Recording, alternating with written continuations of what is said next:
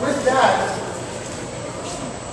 this room is full of people who are deeply inspirational and committed to justice and doing amazing things in the world and are furthering the top. But there's probably one person in the room, more than anyone, who has enabled and inspired and supported the Tav HaYosher.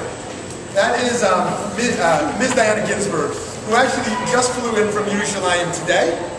Yesterday. I guess you can't fly from Yerushalayim, but yesterday. Flew from Tel Aviv yesterday, and so she must be exhausted right now.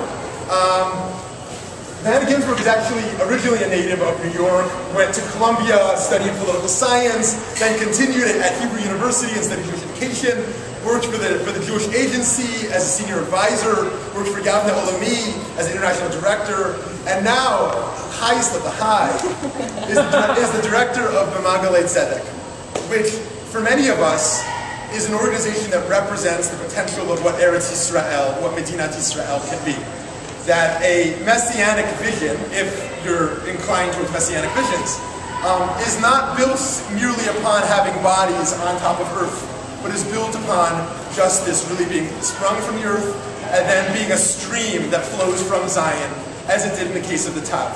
I'm going to call up Diana in just a moment to share how the Tav Chavrati in Israel, which many of you I'm sure have heard of, really inspired this movement in Artsot Ivrit that is now expanding so greatly.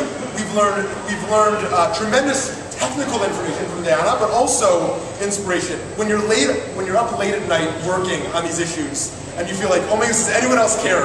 And so often Diana comes into my head and says, this is someone who is a 24/7 type of Jew, who is deeply committed to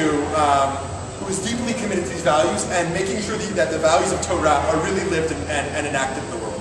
So we are so excited. We were talking last week, and I said, when are you going to be in the States next in the next couple months? And she said, next week? I said, you have to come. She said, absolutely. We're so thrilled to have her here with us, to come up and share with us about how this is happening in Israel also. Thank you. Thank you so much. It's really fun to be here and to see a lot of familiar faces. The Tav Chavrati in Israel changed my life. About 4.5 years ago, before I took over as director of the organization, I made a very personal decision to only eat in restaurants that bear the Tav Chavrati, which is a certificate that certifies that restaurants are both accessible to people with disabilities and treat their workers ethically.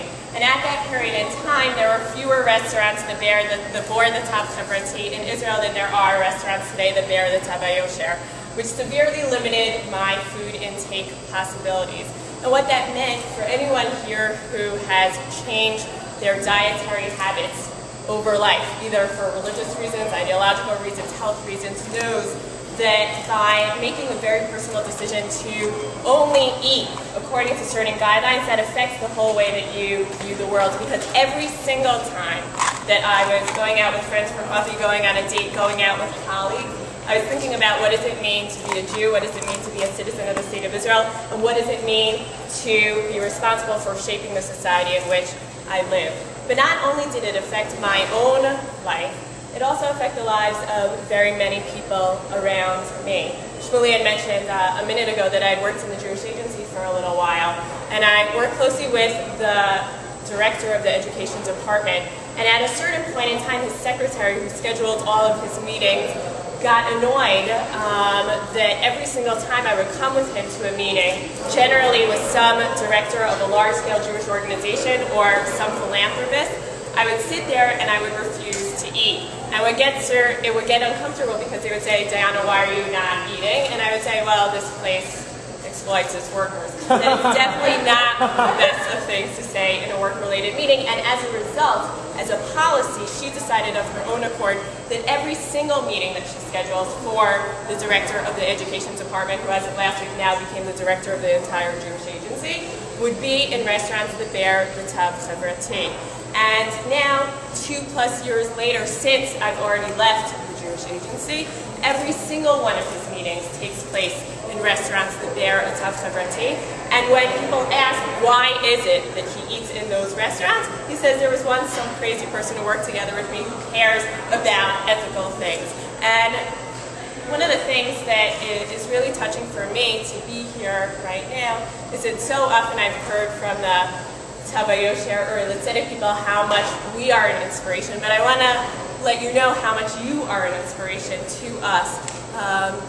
For my Israeli staff and activists and workers, when they are involved in the day-to-day grind of supervising well over 350 restaurants that bear the Tav Chaverti in Israel, they are often inspired by the fact that they are part of a larger global movement of people who care about these things. And I can't tell you how often they cite the fact that the Tav HaYosher exists with such a tremendous amount of pride, because it's not only gratifying to know that we are part of a larger movement, but it also serves as a seal of approval to the work that we do.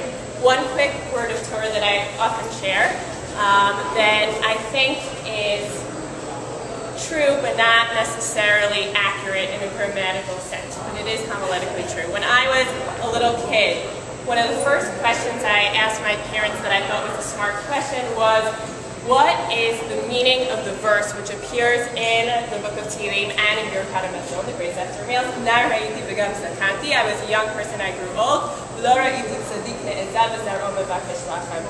I did not see a righteous person forsaken, nor his children asking for bread.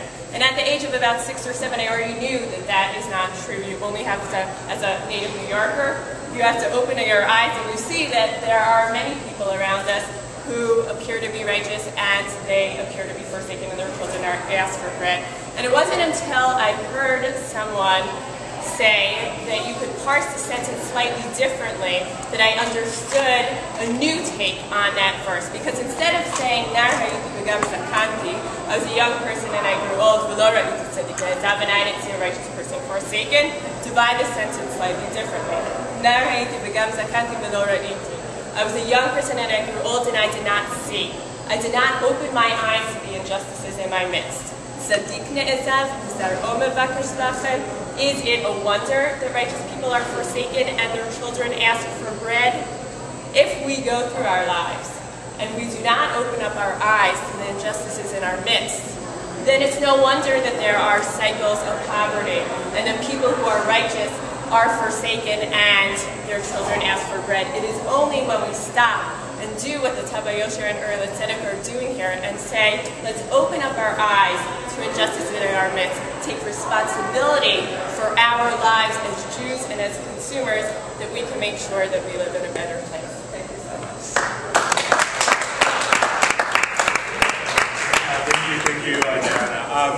Before moving to our next speaker, I'd actually just like to pause for a second and say that the Tava Yosher is just one of the many things that Uri L'Tzedek does. And I'd like to recognize some of the people here in this room who contribute in other ways to Uri L'Tzedek.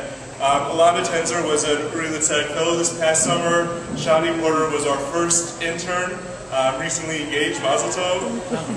Jonathan Hankin is our director of communications.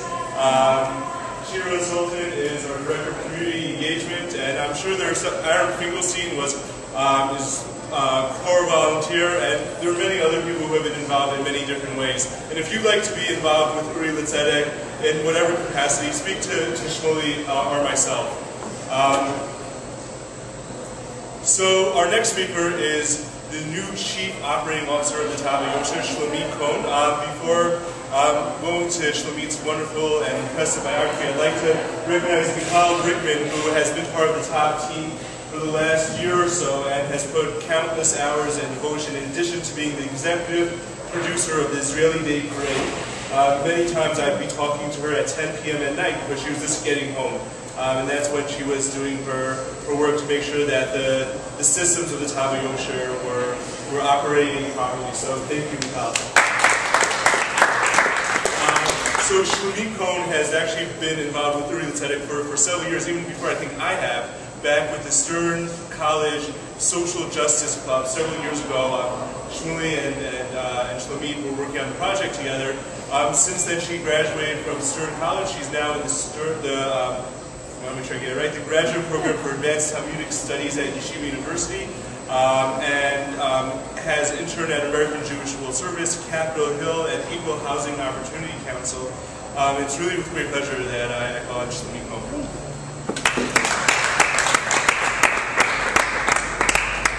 Thank you, Ari. I guess it's a pretty exciting exciting time to be joining the team. So